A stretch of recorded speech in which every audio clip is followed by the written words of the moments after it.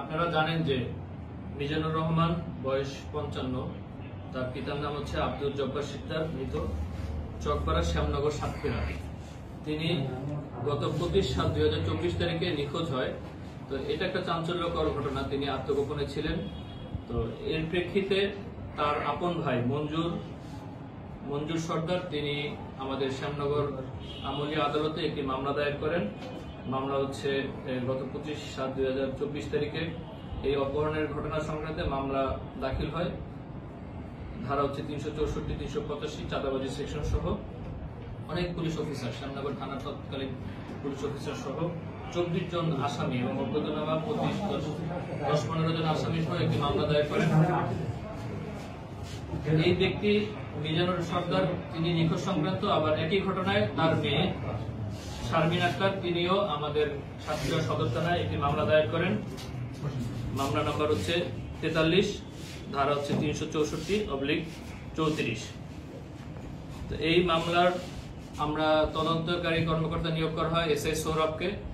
যেহেতু একটি চাঞ্চল্যকর একটি অপহরণ সংক্রান্ত একটা অভিযোগ, এই মামলাটা প্রথম যে মামলাটা কোর্টের বিজ্ঞ আদালতে দাখিল করেছেন সেটা পিবিআই কে তদন্ত দেওয়া হয়েছিল এবং উক্ত মামলায় অনেকজন পুলিশ সদস্যকে আসামি করা হয়েছিল। আর দ্বিতীয় যে মামলাটি আমাদের সদর থানায় হয়েছে, সাতক্ষীরা সদর থানায়, সেখানেও আমাদের 4 জন আসামি করা হয় এবং অজ্ঞাতনামা আরো কিছু আসামি দেওয়া হয়।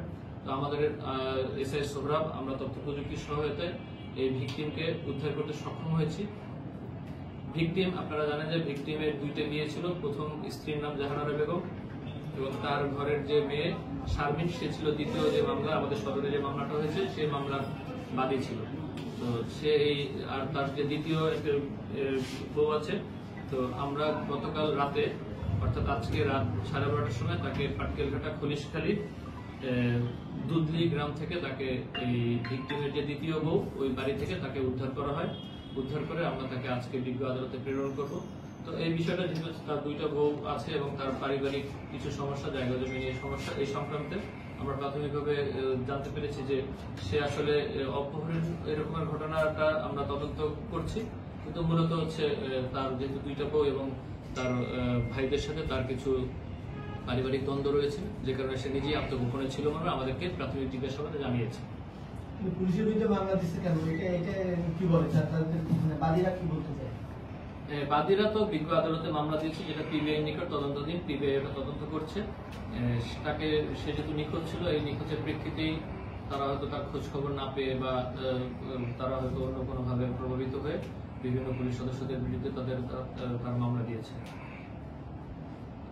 যেহেতু এখন আমরা ভিকটিমকে উদ্ধার করেছি, আমরা অবশ্যই পিবিআইও ভিকটিম কোর্টে প্রডিউস হলে উক্ত মামলাটা তদন্তকারী কর্মকর্তারাও তারাও যথাযথ প্রতিবেদন দাখিল করবে।